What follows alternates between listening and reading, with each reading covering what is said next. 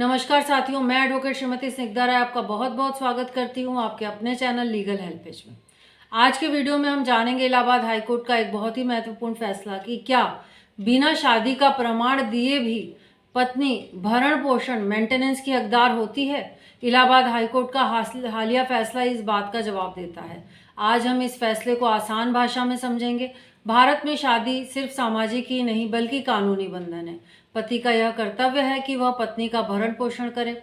भरण पोषण के कई अधिकार कानून में दिए गए हैं, जैसे पहला है बीएनएसएस की धारा 144, जो नया कानून आया है बीएनएसएस 2023, जो पहले सीआरपीसी की धारा 125 थी। यह धारा बहुत ही महत्वपूर्ण है क्योंकि इसके तहत पत्नी, नाबालिग बच्चे और माता पिता को भरण पोषण का हक मिलता है। दूसरा है हिंदू विवाह अधिनियम 1955 की धारा 24, कार्यवाही लंबित रहने के दौरान दिया जाने वाला भरण पोषण।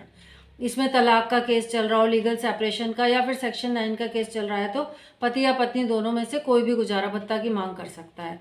अब है घरेलू हिंसा अधिनियम 2005। पत्नी जैसी स्थिति में रह रही महिला को भी संरक्षण और भरण पोषण, यानी सिर्फ शादी का सर्टिफिकेट ही नहीं बल्कि साथ रहने का वास्तविक रिश्ता भी मायने रखता है। अब हम जानेंगे कि प्रकरण क्या है। पूरे प्रकरण की जानकारी अब हम लेंगे।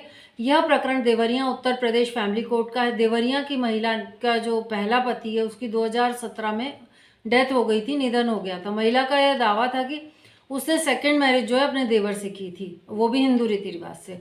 आरोप यह था कि शादी के बाद देवर ने दहेज मांगा और जब मांग पूरी नहीं हुई तो उसने दूसरी शादी कर ली और पत्नी और बच्चे को घर से बाहर निकाल दिया।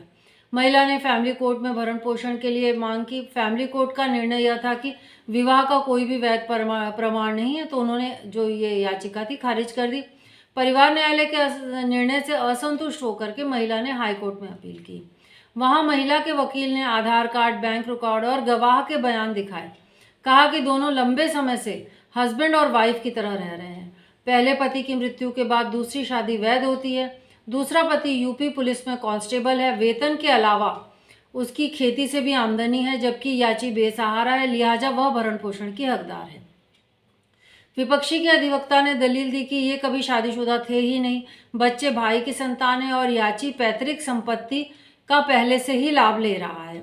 कोर्ट ने पारिवारिक निर्णय के आदेश को रद्द कर दिया और कहा कि अदालत ने विवाह का प्रमाण न होने की तकनीकी आधार पर अर्जी खारिज कर कानूनी और तथ्यात्मक गलती की है।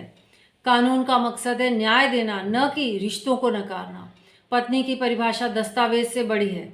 हाईकोर्ट ने परिवार के जो न्यायालय का निर्णय था उसको रद्द करके नए सिरे से मामले की सुनवाई के लिए वापस परिवार न्यायालय में भेज दिया।